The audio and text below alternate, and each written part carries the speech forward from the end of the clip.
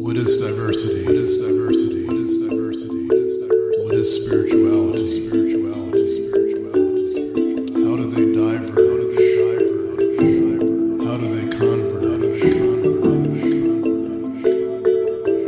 How are we different? How are we different? How are we different? How are we the same? How are we the same? How are we the same?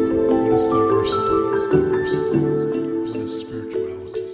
This is Angelo John Lewis for the Diversity and Spirituality Network podcast.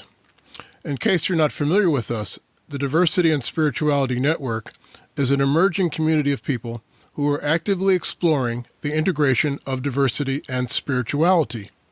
Now, we all have different opinions as to what that looks like, but for me personally, I see diversity as nothing less than a sacred path in and of itself. I'd like to invite you to rate the podcast on iTunes or wherever you get podcasts, which goes a long way to helping us spread the word and to share our message of sacred inclusion. Today, I'm especially honored to welcome Lewis Brown Griggs to the podcast.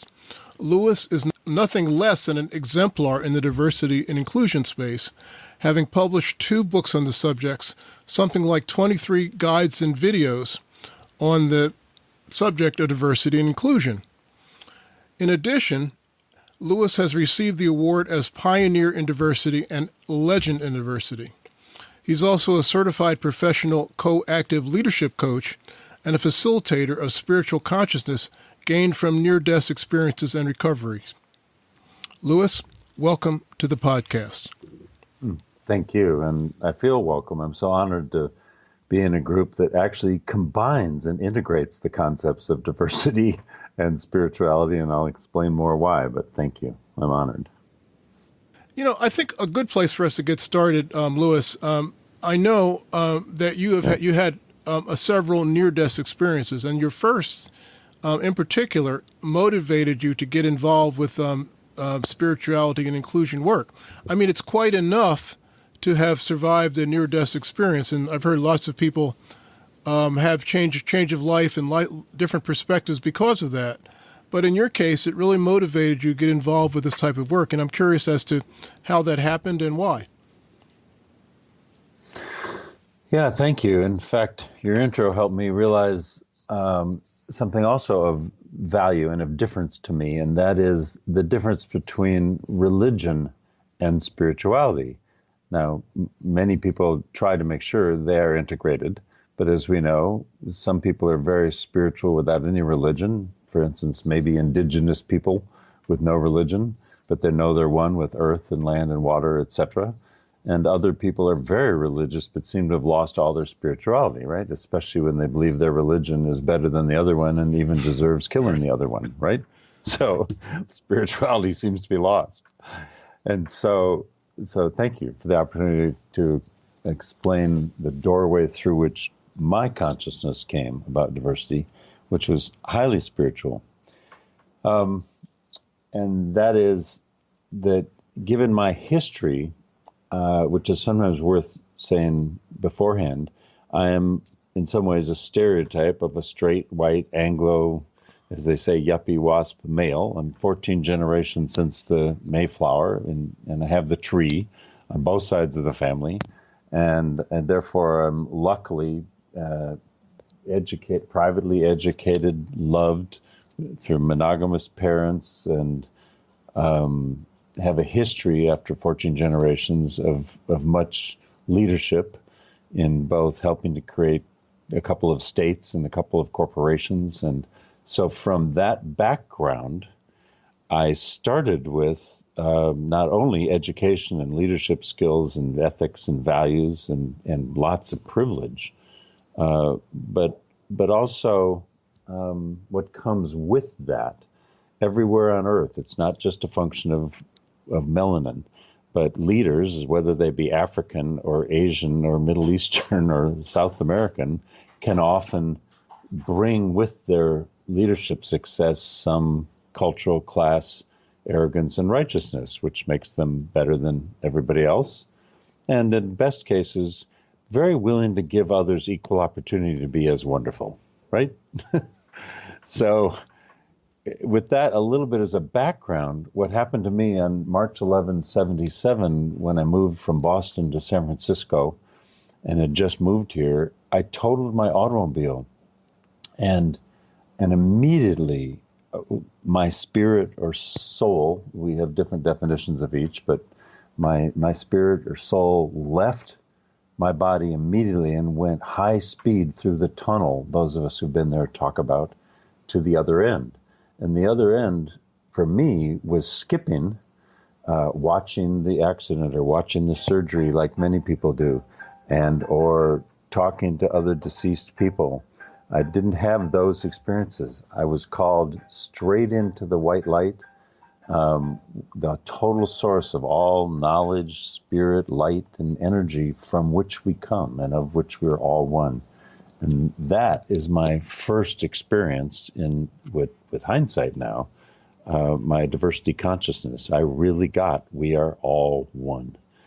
And I happen to have had other prior lives that I'm aware of through readings, etc. Some people believe in those and some don't. But I got that I was at the source. Well, then, not all of us who have that experience hear a conversation with God or a voice talking to us. And many of us are given the choice to stay there or to come back. But in my case, this voice made it very clear that, quote unquote, you are called here, Lewis, to have this conversation and to be sent back precisely because you're not doing your work. In response to which I said, well, what is my work? But I really was sort of, even though we're at spirit form, not in body, it's as if I raised my arms and said, take me, I'm yours, I will do your work, as if I was being called to be a Christian missionary or something, right? Because I forgot to say I was raised an Episcopalian in the state of Minnesota, and yes, that we're all one under God. But I was also taught that even though we're all one under God, you're better than most here on earth, and noblesse oblige, you have to give back, okay, because of your education and intelligence and skills, etc. So here in the light, when I was told I was brought there because I wasn't doing my work, and yet it wasn't God's work I was here to do, I asked, well, what is my work? Thinking, of course, I was in the place where all knowledge is known, I would be told and finally get the clarity that we each seek, right? About what am I here for? What's my life's purpose? And instead, I was asked the question, no, Lewis, what is it that keeps you from being all you're capable of being? Well, I didn't know because, as I just shared with my history, I kind of had the privilege of thinking everything was fine. And so I had to go very deeply within, and what I did come up with in my own degree of authenticity was, because I was told we're all one under God, that made sense now discovering I'm at the source of our oneness, but because also I was told noblesse oblige, you're better than the rest, and I grew up with this sense of, well, really, that's just luck, the things I was given, but I'm not really a better human spirit than the rest. But because of the ethnocentrism of not knowing how to bridge the gap between me and anybody different, because in my tribe and in my whole country, all the others had to learn how to do the bridging in order to communicate with the, if you will, straight white Anglos and or white leaders.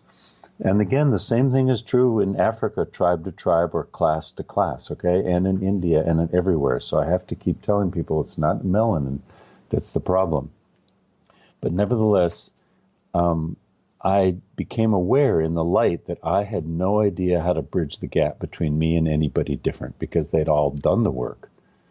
So instead of feeling either arrogant about it or just guilty and lucky, I realized my weakness was I didn't know how to do it, even if I'm being a nice guy that sees that we're all one. And when I became conscious of that in this conversation with God in the white light, I was told, just like the best line in the movie Amadeus, when Mozart hit that perfect note and went, there it is. I was told by this voice of God, there it is, Lewis, there's your work. and I was sent back down the tunnel at the same high speed. I remember coming back into the body, and it felt like those tight rubber gloves you have to wear in surgery, you know, really tight, until I was fully back in this body, and then poof, the white light shot out of me, out of the car, back up through the 8th chakra and out, and I was sitting physically undamaged in a totaled automobile, and walked out to the ambulance to tell them nothing was wrong. So that's how it started. And I imagine when you came back to planet Earth, or to whatever you want to call it, to your body, there must be some signs, I'll call them, that kind of confirmed your understanding that you were here to help people deal with these things that they call difference. Was that the case? Was there anything like that sort of occurred? Mostly the answer is no, which is what was so amazing to me.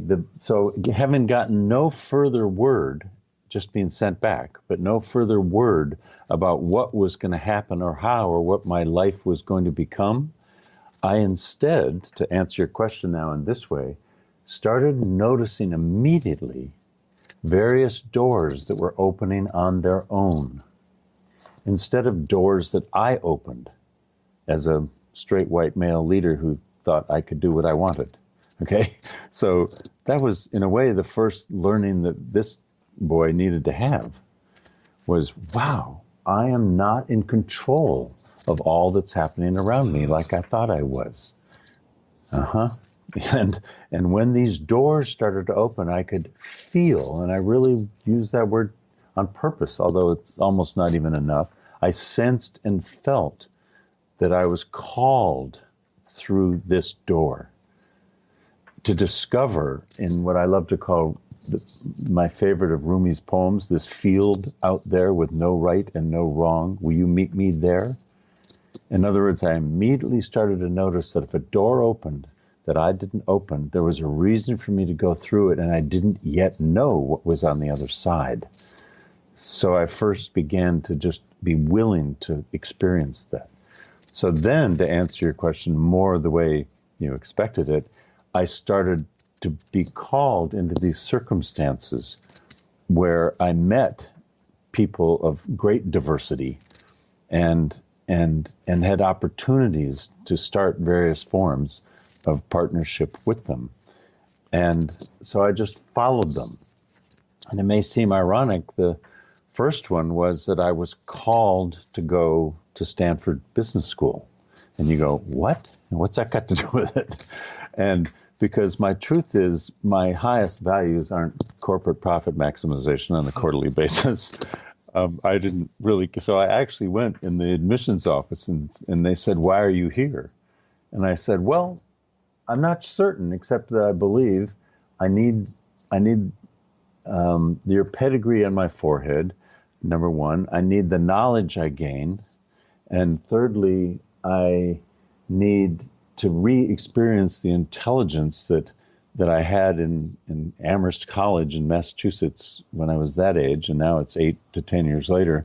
But I miss it, and I want to be among such energy.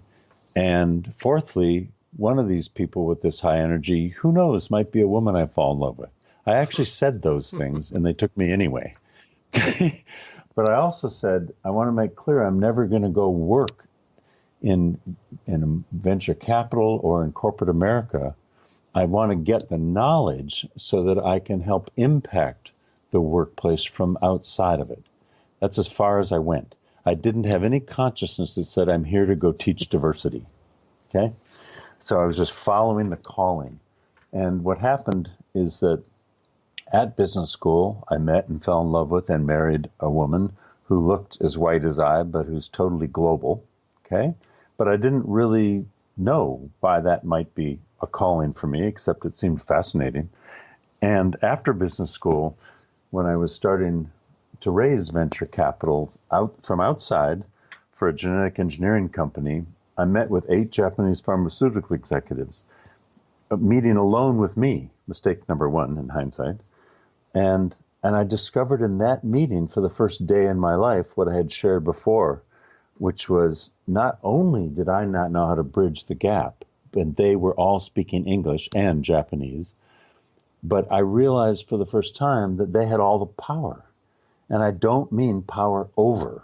You know, if I were to be arrogant, I would have thought maybe I had that because it was my company that they were wanting to work with. But I got the honest truth, which was the opposite. They had all the power to enhance the relationship and to manage it. And I had no idea how to do that. And so it's a power with, not a power over. And I went home and told my wife, and she looked at me and said, "Are you serious? This is the first time you knew that? How can you be this educated and this intelligent and I love you this much and yet be this stupid?" And she said lovingly, and a light bulb went off in her head, and above her head like a cartoon, and she said, "Oh, I've got it. We are going to start the first training company in the United States." And this was 1982. The first training company in the United States, the purpose of which is to train corporate straight white male executives who don't get it. And you, Lewis, are going to be it. And I went, "What? How can I be it? I'm the problem." And she said, "Precisely because you are the problem. And we're going to help you learn what it is that you need to learn to be more effective as a leader with human diversity as your greatest human resource in the workplace."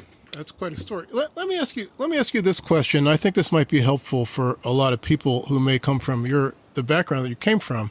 You just shared with me, Lewis, that you came from what you call a privileged upbringing. Trace your environment, right. Trace your ancestors back to the to the Mayflower. So, how would you compare and contrast that Lewis with the Lewis that you are now? Great question. Somebody once asked me another way of asking the same question and said, "Lewis, given the spirit that you are, how's it been for you to tolerate living in this body?" It's even more direct.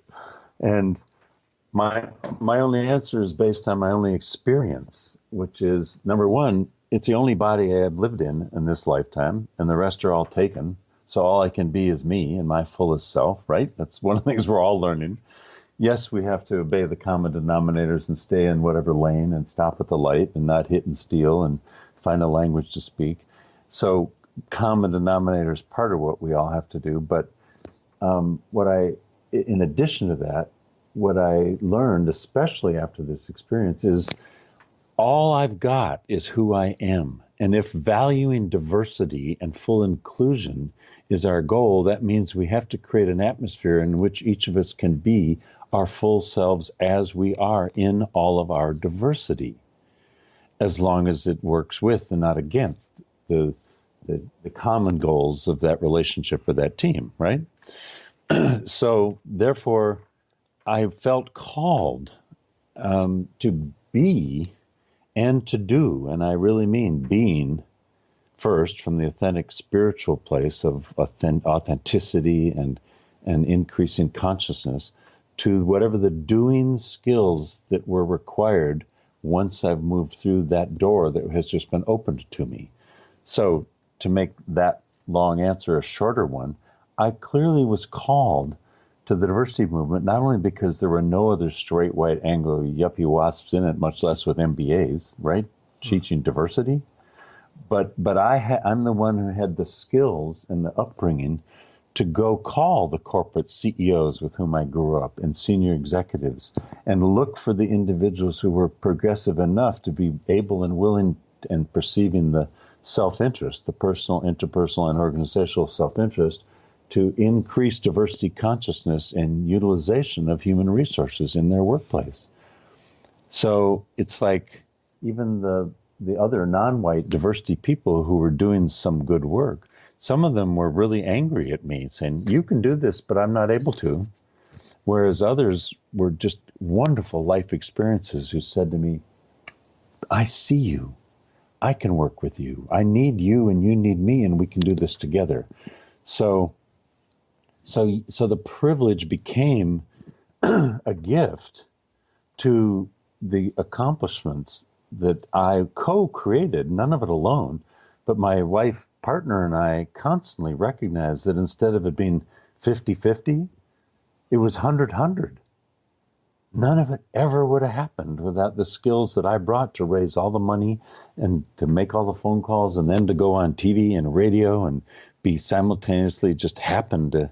I've never even been trained in this. I happen to be as comfortable talking to Diane Sawyer for 3 minutes live on CBS Morning News or talking to 1,000 people as a keynote speaker or 500, whereas she was the 100% without which none of it would have happened, who had all the global consciousness and spoke many languages and brought together all the other diverse individuals with this consciousness in the U.S. to co-create award-winning 23 videos and 2 books and workshops, and we created the National Diversity Conference, the first one in the whole country.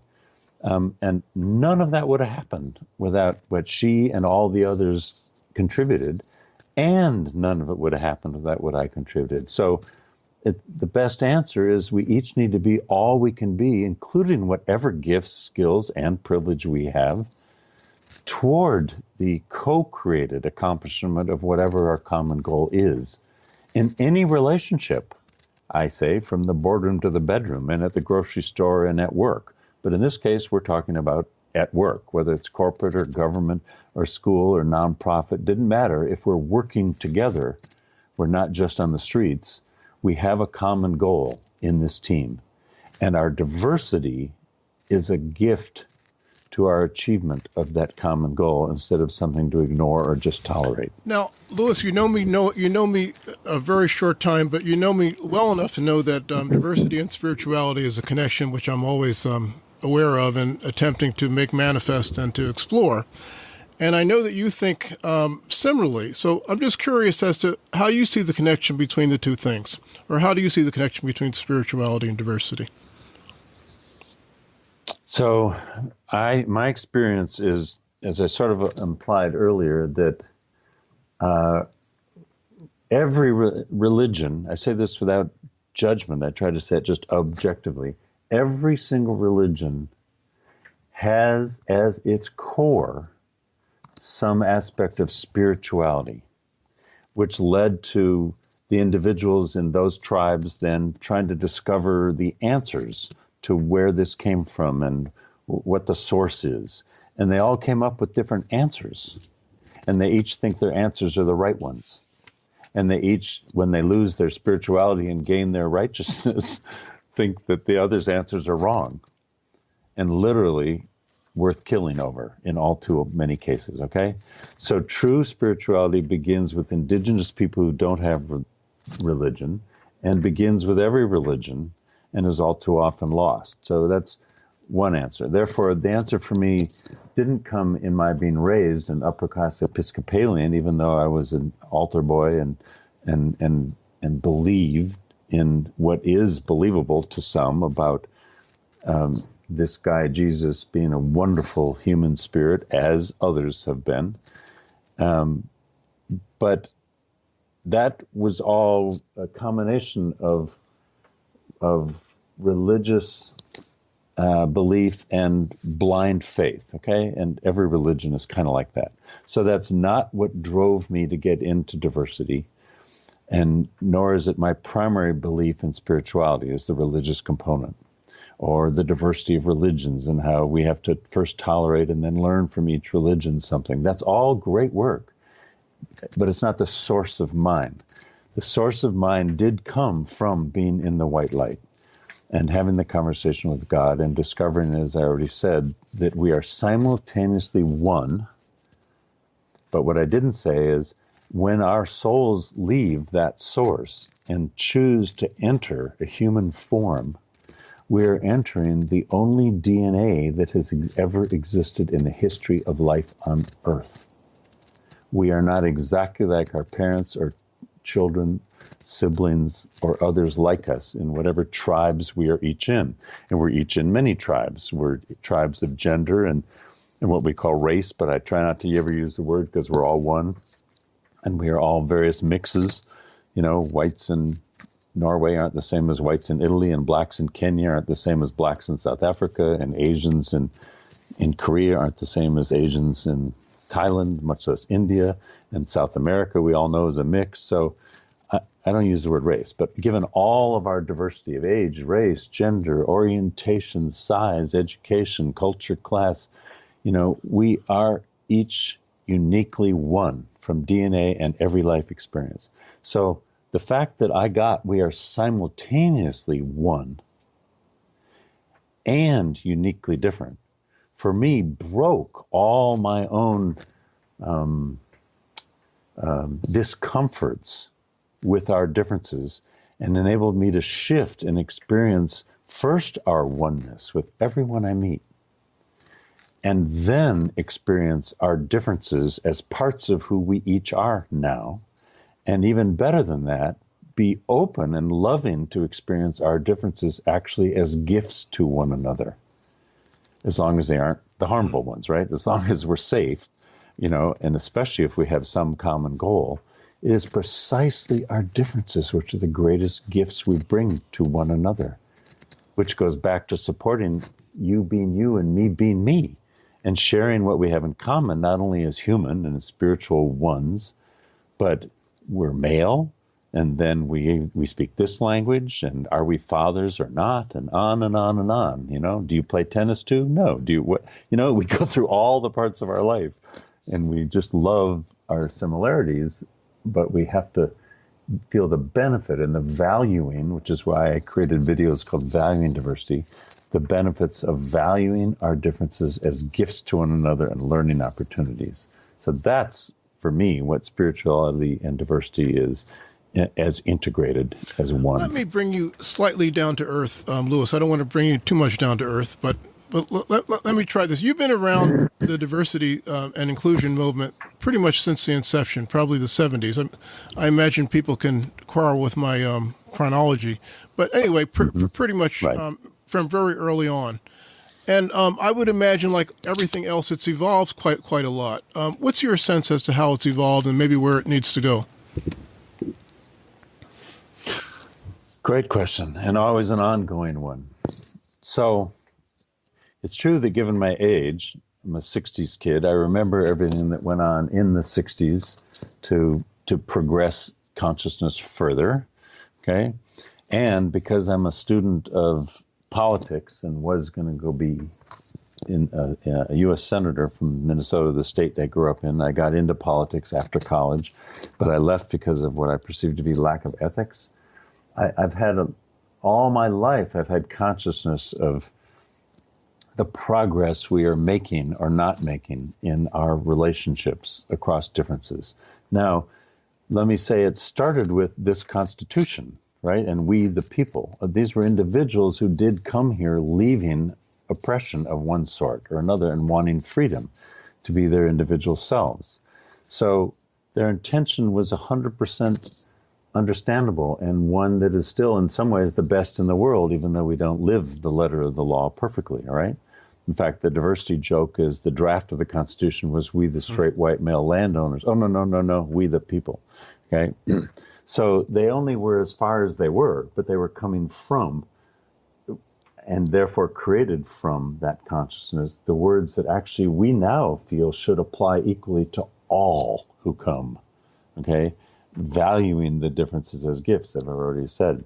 So it started with the letter of the law, and I use those words on purpose because when it started with the letter of the law, we led the world in the law, in legal fairness and equity, and then civil rights laws had to be created to make sure that they were really obeyed, and increased consciousness meant, oh yes, that meant women could vote, and that meant non-whites could vote, and non-landowners could vote, and on and on and on. So, but the reason I start there on purpose is because the good news and the bad news about all of our diversity consciousness, as I've been experiencing, is that all too much it has thought that compliance, legal compliance, was enough. So yes, we need legal compliance, we need laws so that there isn't racism, sexism, and all kinds of discrimination. However, as everybody has noticed, that's the good news. The bad news is it's not enough. There's no heart and soul and spirit in it. So you can be meeting somebody who's behaving compliantly, and you can feel that the relationship is highly depleted and not very productive. And there's tons of judgment in it. Okay? So all of my work, I love saying from the beginning when I got in 1982, was not about compliance and not about anti-racism and anti-sexism and blaming you for how you sometimes are guilty of it when you judge me in the way you judge me. All that energy, see, is even negative energy as I speak it, even though it all needs to be done. So I'm not saying it's bad, I'm just saying it's not enough, okay? So what I started to do, starting with my own work, it always is my own work, was I first realized, meeting those Japanese, that vast differences are not deniable. Like we 60s kids thought we were doing such great work by denying our differences. Oh, I don't see that you're a woman. Oh, I don't see that you're black, right? We're all one. I treat you equally. All that really felt like to everyone else was, of course I give you equal opportunity to be just like me. Why wouldn't you like that? Here in my country and here in my state and speaking my language, right? So, yeah, I know you can feel it. So can everybody listening. So I wasn't doing compliance and I wasn't doing anti-racism and I wasn't doing shame or blame or how you do it wrong or I do it wrong. I needed myself to come in with no shame and no blame, but full ownership of both whatever my privileges are and gifts are and how they can be used in our common goal, but also what are my weaknesses. And ethnocentrism and ignorance of how to bridge the gap was my greatest weakness. Well, just like our greatest strength can be a weakness at moments, like I can talk forever, as now you're noticing, you've asked me to, but I'm a public speaker, which means my weakness is when I should just listen and stop talking.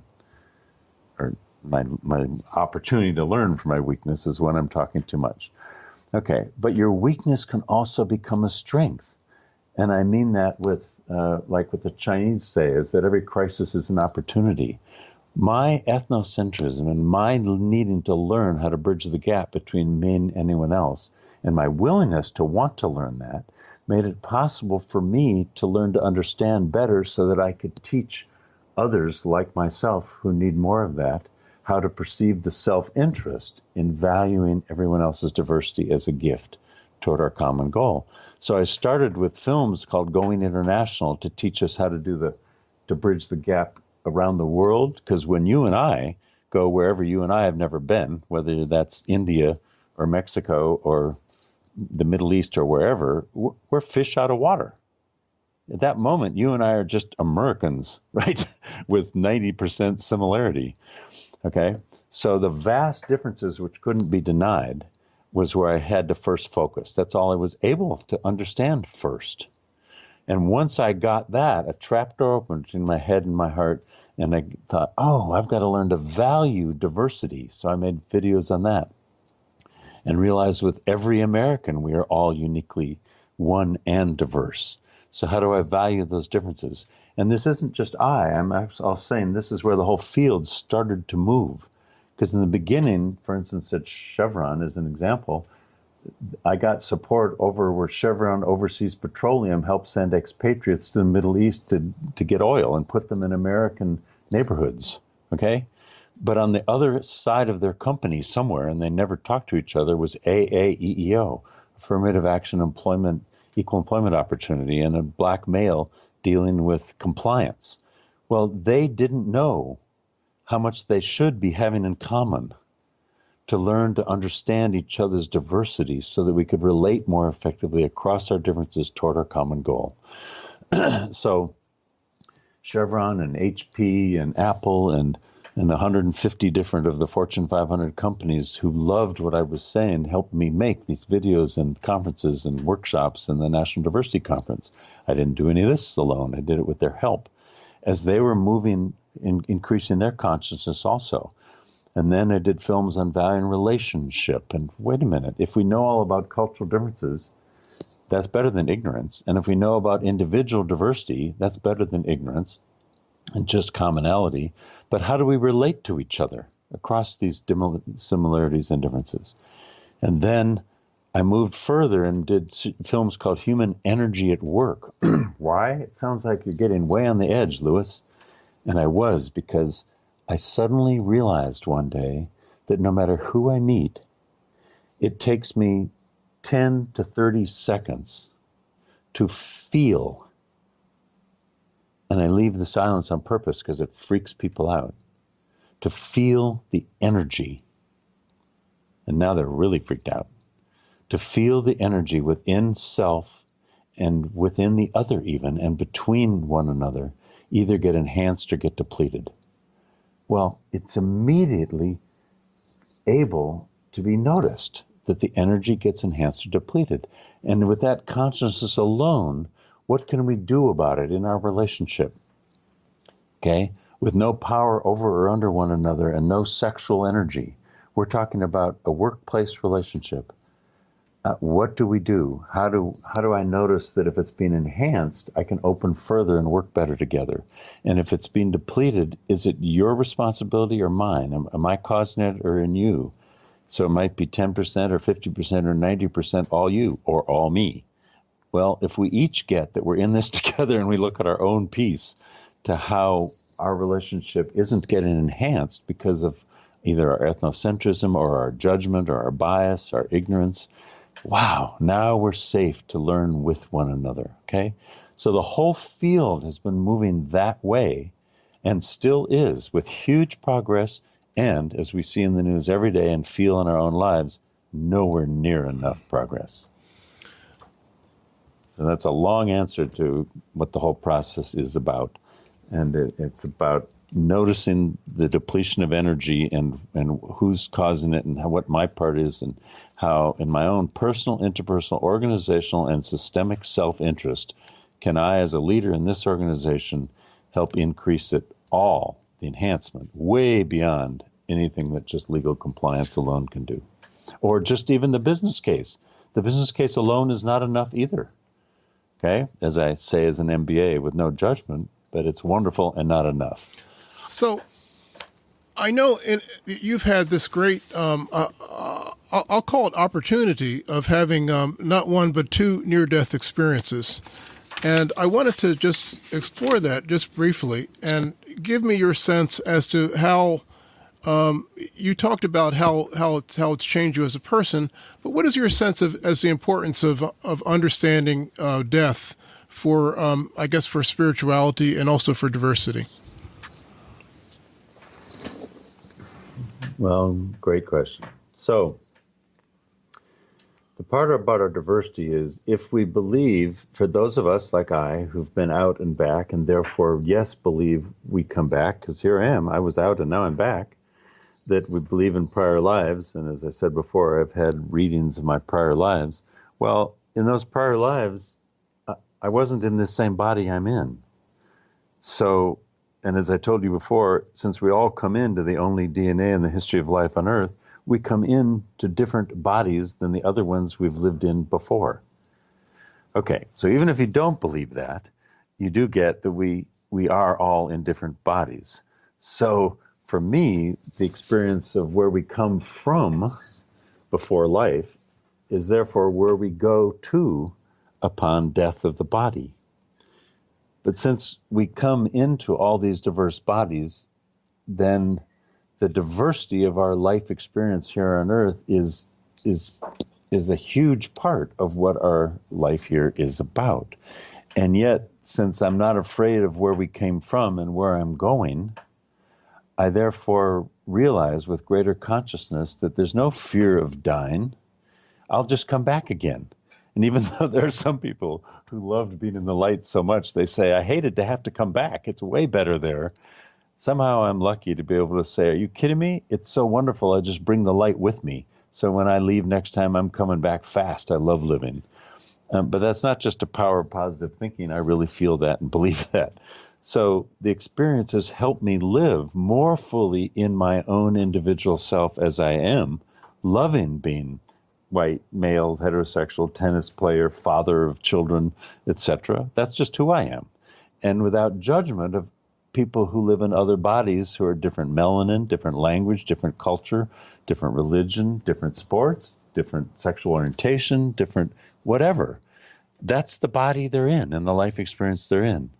So the combination of having been where we come from and comfortable where we die enables me to live in my simultaneous oneness with you and my uniqueness.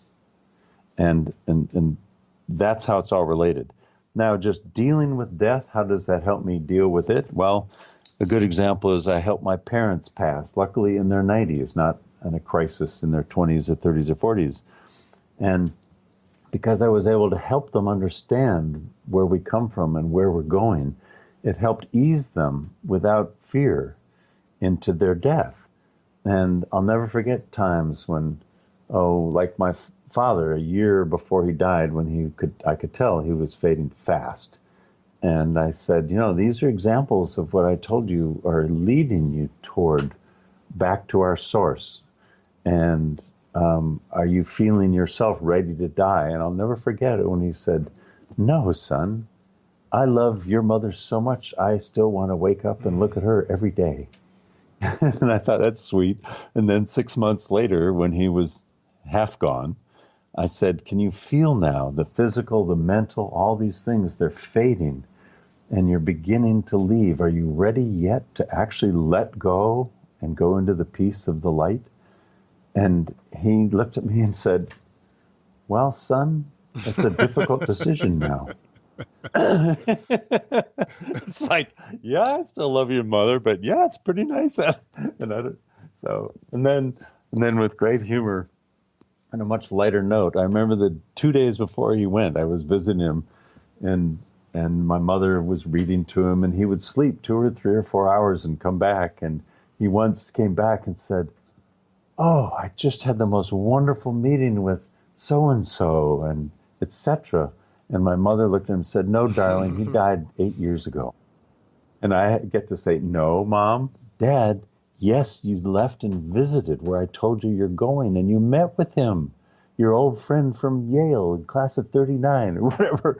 And that's an example. What a blessing. You see what I mean? You're visiting.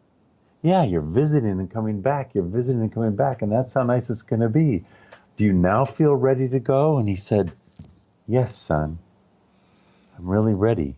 And then, if you can smile with me, since we grew up in Minnesota, this could be true of anybody. And anybody who knows every local sport is totally useful or something to care about only if you live there and you happen to care about it. But we travel around the world and we go, what? What's that sport? And who cares who won or lost? It's just a game. But anyway, so we grew up in Minnesota. And the Minnesota Vikings that year, just like this year, were just one game away from the Super Bowl. And he and I followed them. And I said to him, Dad, I know you're ready to pass, maybe today or tomorrow, but the Vikings are playing that game today. And I have to drive 4 hours north to San Francisco from Santa Barbara, and I'm going to watch the game. I know you can't, and I'm going to call you and tell you. And if they lose, you can go. But if they win, you have to wait 2 weeks for the Super Bowl.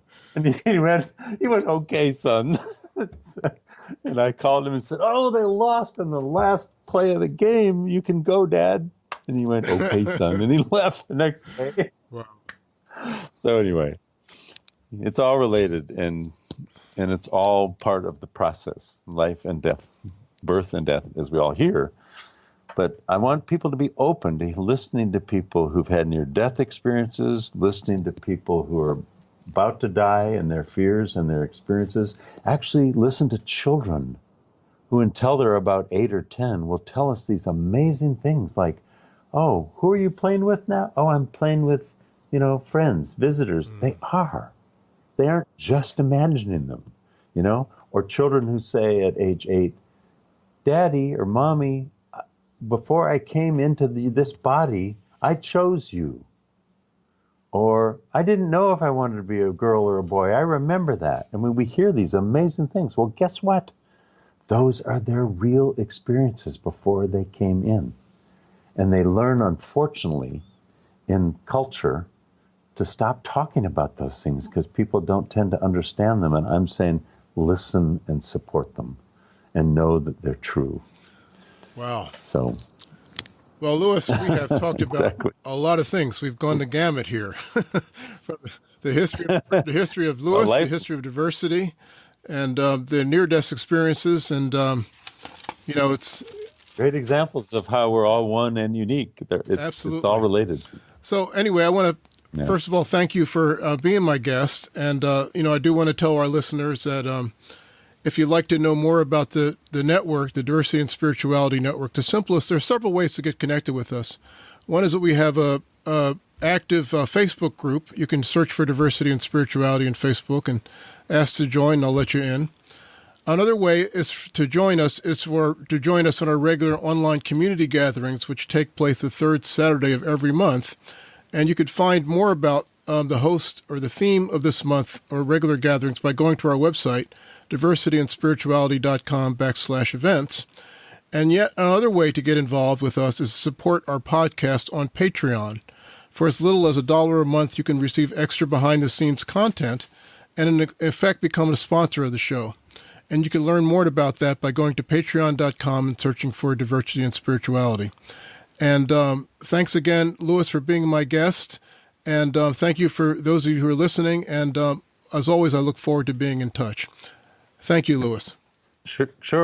Thank you. And for those who are interested in the death component, go to YouTube and put in my name, Lewis Brown Griggs, or the name of my TED Talk on my near-death experience called The Gift of Near Death. Okay, or there's even a documentary I was the only part of, called Beyond Our Sight. And both of them help us understand this concept of death and where we come from, and its implications to our diversity. Yeah, thanks for reminding me of that. I'm going to put that in the show notes so people, if for example, if they don't go through the whole thing, they could see that. So, again, thanks a lot. This has been great. Of course, thank you. What is diversity? What is diversity? What is diversity? What is diversity? What is spirituality?